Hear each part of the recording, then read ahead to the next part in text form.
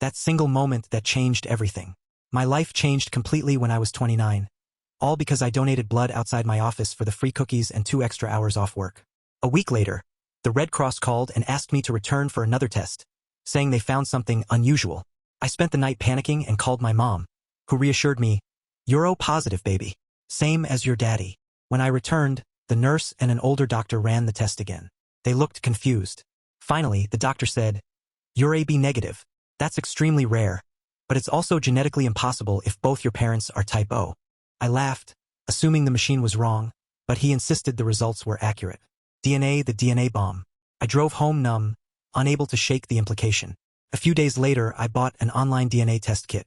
3 weeks later, the results came back. The man who raised me was not my biological father.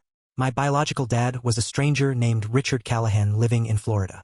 The test also revealed I had a half-brother, Kevin, 31. I drove straight to my parents' house. I didn't say hello. I simply put the DNA results on the kitchen counter in front of my mom.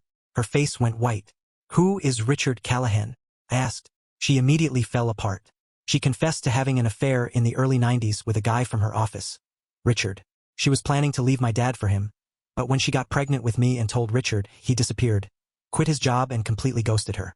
She stayed with my dad and never told him the truth. My dad, who had walked into the room, stood there silently. When she finished, he looked at me with a blank expression and said, "I need some air." He walked out the front door, broken heart choosing my father. I felt completely numb. I went home, blocked my mom's number, and didn't speak to her for 2 months. I did eventually reach out to my half-brother, Kevin. We met for coffee. He looked exactly like me. Same nose, same hands.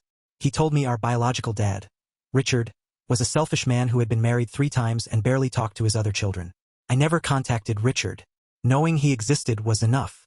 The real breakthrough came when the man who raised me called one night. "You're still my son," he said. "I don't care what some test says." That single moment, his simple declaration of unconditional love, made me cry for the first time since I found out the truth. That is the moment that will stick with me forever.